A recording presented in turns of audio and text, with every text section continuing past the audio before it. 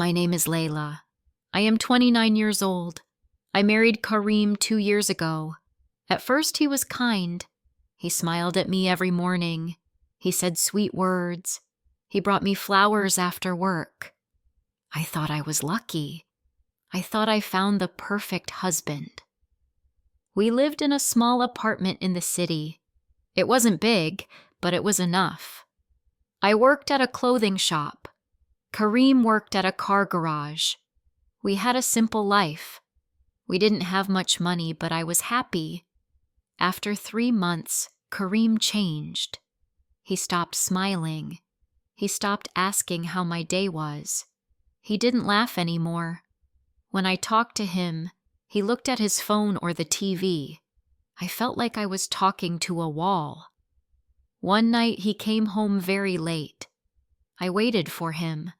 I asked, "Where were you?" He looked at me with cold eyes and said, "Don't ask me stupid questions." I froze. He had never spoken to me like that before. My hands started to shake. I didn't know what to say. From that day, things got worse. He shouted often. He shouted about money.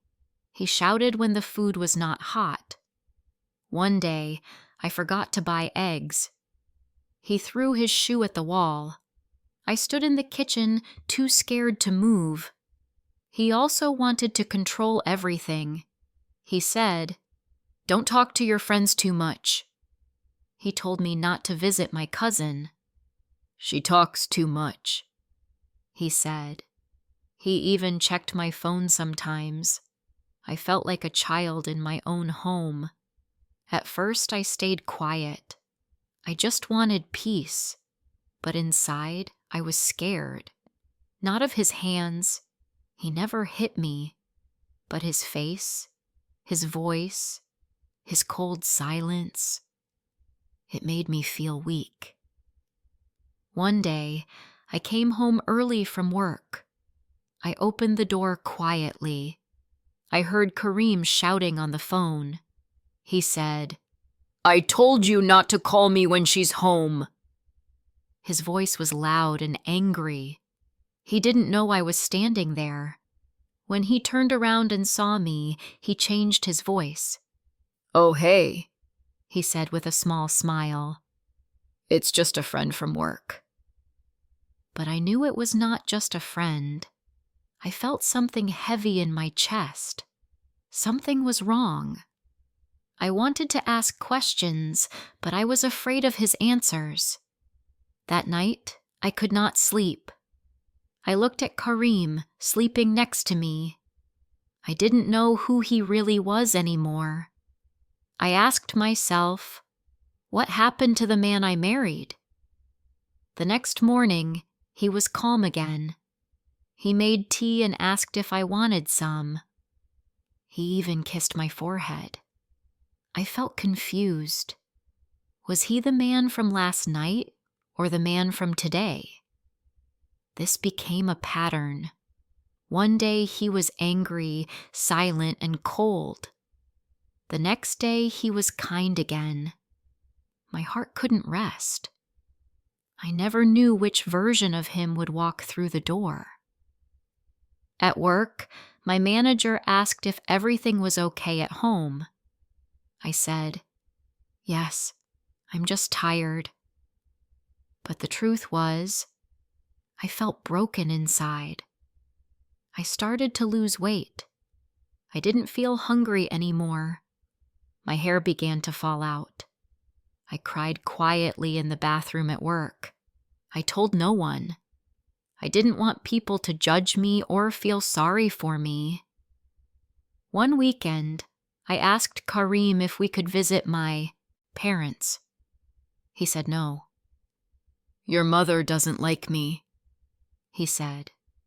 "She looks at me like I'm a criminal." That wasn't true. My mother was always polite. But Kareem didn't want me close to anyone. He wanted me only for himself. I started to understand something slowly. He wasn't just moody or stressed. He was controlling. He wanted power over me, and I was letting him take it.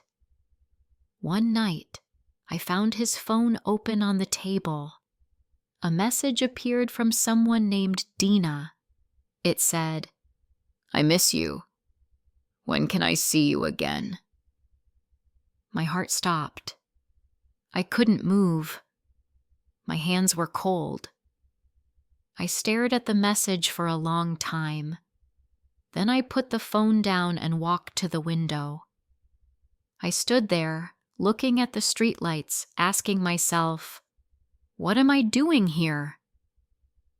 That night, I didn't say anything. I didn't cry.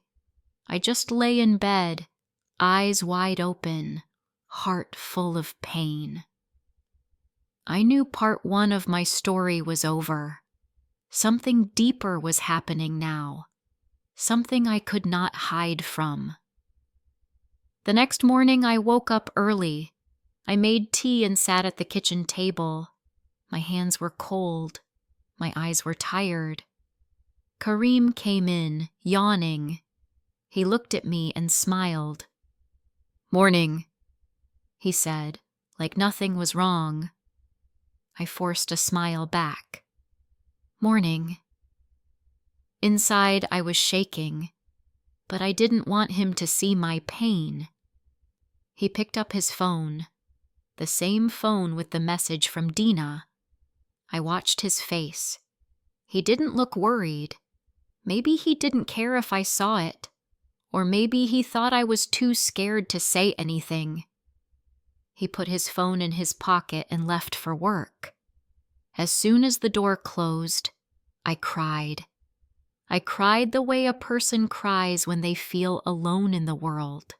I held my face in my hands. My heart felt heavy, like something inside was dying. I didn't tell anyone. I didn't call my mother. I didn't text my friends. I was too ashamed. I didn't want anyone to know what my life had become. Later that day, I went to work like always. I folded clothes. I smiled at customers. I said, "How can I help you?" Again and again. But inside, I felt nothing. After work, I walked home slowly. I didn't want to go back. I didn't want to see him, but I had no choice. It was my home too. When I opened the door, Kareem was on the couch watching TV. He looked at me and said, "Took you long enough." I didn't answer. I walked to the kitchen. I didn't want to fight. He followed me. "I asked you a question," he said. "I worked late," I replied. He stared at me. "Are you hiding something?" That was the moment I wanted to laugh. Me? Hiding something. He was the one hiding messages. He was the one keeping secrets. But I stayed quiet. I didn't want to make things worse. Kareem walked away. He didn't say anything else that night. But I couldn't sleep. I kept thinking about Dina. Who was she? How long had it been going on? Did he love her? And then a darker question came. Was I just someone to control while he had fun with someone else? That thought made me sick. I rushed to the bathroom and threw up. The next morning, I looked in the mirror. My face looked older. My eyes looked tired. I didn't recognize myself. I touched my own cheek and whispered, "Where did you go, Laila?" The morning after I saw the message, I stared at my face in the mirror. My eyes were tired. My lips didn't smile. My skin looked pale. I didn't feel like myself anymore. I didn't feel like Laila. I used to laugh. I used to feel strong. But now, I felt small. Kareem had changed me. His shouting, his silence, his cold eyes, and now, this secret message from a woman named Dina. It broke something deep inside me. That day, I waited. I didn't speak. I didn't cry. I just waited for the right moment. In the evening, he came home like nothing happened. He threw his keys on the table and walked to the bathroom. He left his phone on the chair. My hands began to shake. My heart beat fast. I picked up the phone. I opened the messages. There she was. Dina. There were many texts. She wrote, "I love you. When can we be together again?" He replied, "Soon. She doesn't know anything." My hands felt cold. She was me. He was lying to her, but he was also lying to me. He was planning a life with another woman. While I cooked, cleaned, and cried in silence, he was making promises to someone else. I put the phone down quickly. Kareem walked out of the bathroom. He looked at me but didn't notice anything. He smiled a little and said, "I'm hungry." I didn't answer. I just walked away. That night, I didn't sleep. I lay on my side, staring at the wall. I could hear him breathing next to me. I felt sick. I wanted to scream, but I stayed quiet. I didn't even cry. In the morning, I didn't make breakfast. I didn't set the table like I always did. Kareem walked into the kitchen and looked around. "No food today?" he asked. I looked at him. My voice was flat. "No." He laughed. "Are you angry about something?" I said nothing. I walked past him and went to the bathroom. I locked the door. I sat on the floor and cried quietly. At work, I was slow. I folded clothes the wrong way. I forgot prices. My manager noticed. "Laila, are you okay?" she asked. I forced a smile. "Just tired," I said. But inside, I was falling apart. That night, Kareem didn't come home. He didn't call.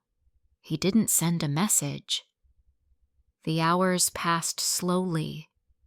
At 10 p.m., I sat on the couch. At 11, I checked my phone again. At midnight, I gave up. I looked at the door, waiting for it to open, but it stayed closed. The house was cold. My heart was colder. I knew where he was, with her, with Dina. I imagined them laughing, holding hands, kissing. I imagined him saying sweet things to her, the same words he once said to me. I felt like I couldn't breathe. The next morning at 6 a.m., Kareem walked in. His clothes were wrinkled. His eyes were tired. He looked happy. He didn't say sorry. He didn't explain. He dropped his bag on the floor and said, "I need sleep." Then he went to the bedroom and closed the door. I sat on the couch. I didn't move. I felt empty, like I was no longer alive, just sitting there, broken. That afternoon, I picked up my phone. I called my sister. Her name is Rania. We hadn't spoken in months. Kareem didn't like her. He said she talked too much, but she always loved me. When she answered, I couldn't speak. My lips moved, but no sound came out. "Laila," she said, "are you okay?" I tried to answer, but my voice cracked. I started crying. I couldn't stop. She said softly, "Don't speak. Just listen. Come to me. I'll send a taxi. You don't need to pack. Just bring your ID and your heart." That evening, I waited until Kareem left again. He didn't say where he was going. I didn't ask. I just nodded and watched him walk out the door. Then I moved quickly. I packed one small bag. I took my ID, my phone, and a picture of my parents. That was all. I didn't take his gifts. I didn't take his letters. I didn't take his name with me. The taxi arrived. I got in. I looked out the window as the car moved away from the apartment. I didn't cry. For the first time in a long time, I felt something deep inside me. It wasn't pain. It wasn't fear. It was the first step to freedom. My sister Rania lived 1 hour away. When I arrived at her house, she opened the door and pulled me into a long hug. She didn't ask me why I left, and she didn't need to. She could see the pain on my face. We sat on the couch and she made me some hot tea. I didn't talk. I just looked down at my hands and felt like a stranger in my own life. Rania didn't push me. After a few minutes of silence, she spoke softly and said, "You don't need to explain anything today. Just rest. You're safe now." Her words were simple, but they touched my heart. For the first time in months, I felt like someone truly cared. That night, I stayed in her guest room. There was no shouting, no fear, no cold silence. I cried into my pillow, but the tears felt different. They weren't from fear. They were from relief. The next morning, I sat at her kitchen table and finally spoke. I told her everything. How Kareem changed after the wedding, how he shouted for no reason, how he checked my phone, how he lied, and how I saw the messages from a woman named Dina. I told her how I felt small, lonely, and broken. Rania listened without interrupting. When I finished, she took my hand and said, "You did the right thing, Laila. You are stronger than you think." The first few days were hard. I felt guilty. I kept checking my phone, expecting a message from Kareem. Part of me still hoped he would say sorry. Another part of me was afraid he would. But there was nothing. Not a call. Not even one text. At first, the silence felt like a punishment, but after a few more days, it began to feel like peace. I started sleeping better. I began to laugh again, just a little. Rania and I went out for coffee. I wore red lipstick, something Kareem never liked. I walked freely. I smiled at people. I helped Rania cook dinner and even danced a little while music played in the kitchen. For a few moments, I felt like myself again. But healing is not a straight line. One evening, my phone buzzed. It was a message from Kareem. My heart dropped. It said, "Where are you? Come home. We need to talk." I froze. I showed it to Rania. She read it and looked at me quietly. "You don't have to reply," she said. "You don't owe him anything." "But what if he's really sorry?" I asked. "And what if he isn't?" she replied. That night, I didn't sleep. I kept thinking about what to do. The next morning, another message came. "I miss you. Please give me one more chance." His words hit me hard. Not long ago, I would have believed him. I would have said yes. But now I remembered the pain, the shouting, the lies. I thought about who I was becoming with him, someone quiet, afraid, and lost. I didn't want to go back to that life. Instead of replying, I told Rania, I want to find a job. She smiled and hugged me tightly. That's the sister I know, she said. A few days later, I started working at a bakery near her house. The owner, Mrs. Noor, was kind and patient. She taught me how to bake bread and talk to customers. The work was simple, but it gave me something important: purpose. Every day I walked to work feeling stronger.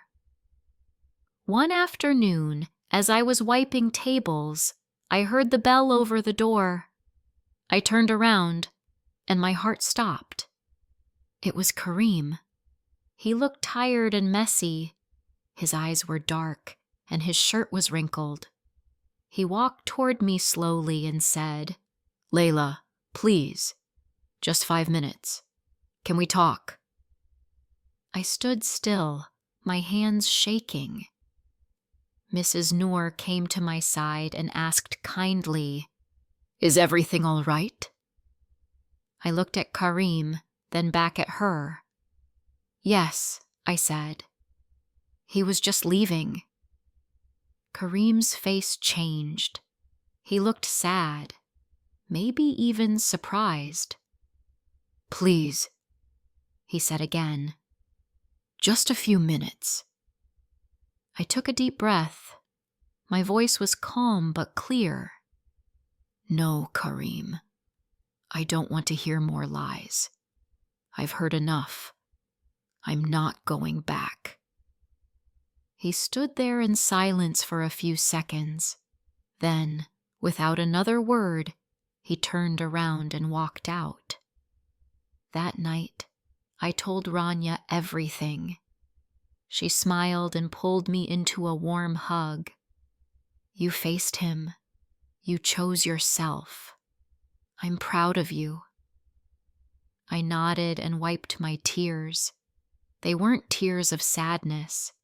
They were tears of strength. For the first time in a long time, I felt like I had taken back my life. I wasn't the same Laila who stayed quiet. I wasn't the same Laila who lived in fear. I was still healing, but I was free. The days after Kareem came to the bakery were not easy. Even though I felt strong when I told him to leave, a part of me still hurt. I thought about the good moments we once shared. I remembered our first days together, the flowers, the sweet words, the dreams. But I also remembered the shouting, the fear, the cold silence in our home. That memory kept me going.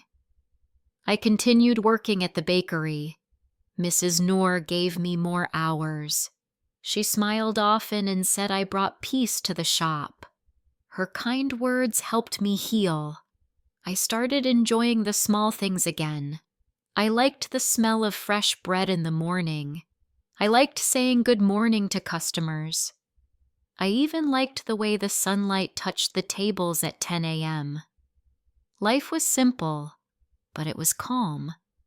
And calm was something I hadn't felt in a long time. One weekend, Rania and I went to the beach. We sat on a blanket and watched the sea.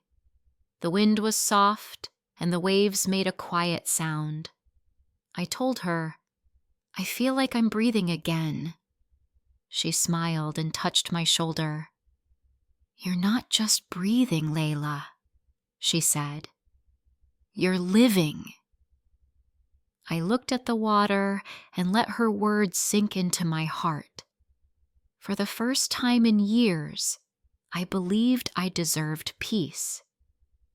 A few weeks later, Kareem sent one last message.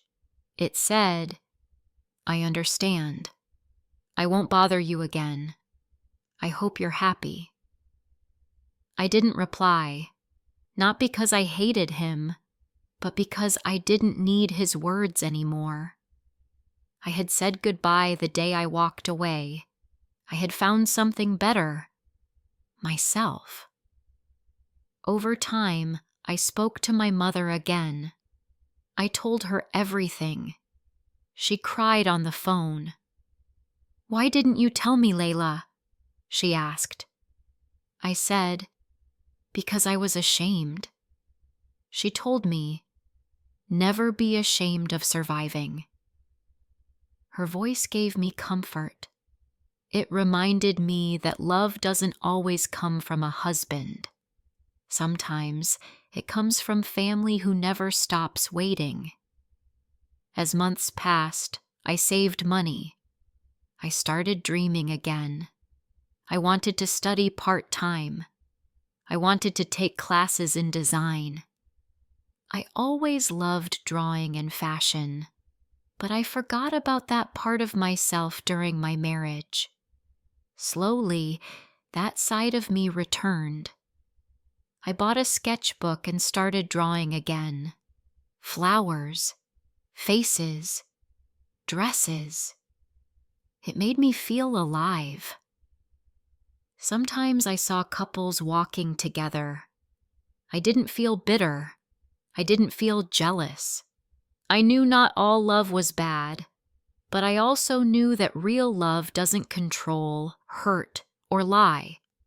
I was learning to trust again, but only when it felt safe.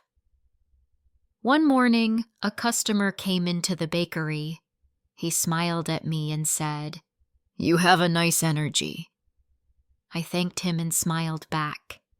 He didn't ask for my number. He didn't try to flirt.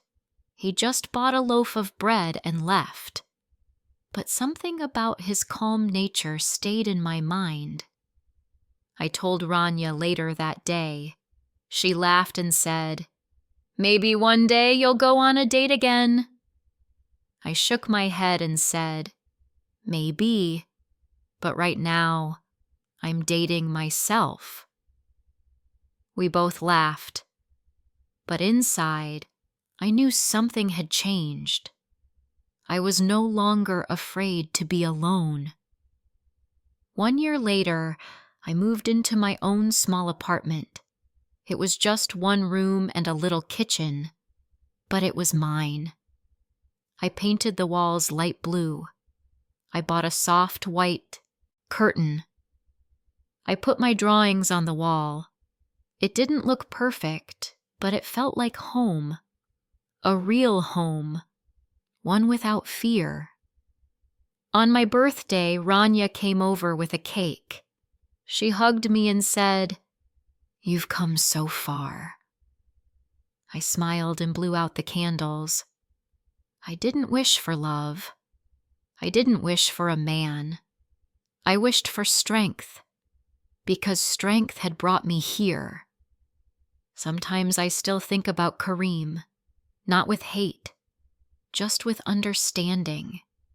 He was broken in his own way, but I wasn't the one to fix him, and I wasn't born to suffer. I was born to grow. Now, I speak softer to myself. I thank my past, but I don't live in it. I wear the clothes I like. I talk to the people I choose. I walk freely in the world. I am still healing, but every day I heal a little more. I am no longer the scared woman standing at the window in that cold apartment. I am the woman who walked away and never looked back.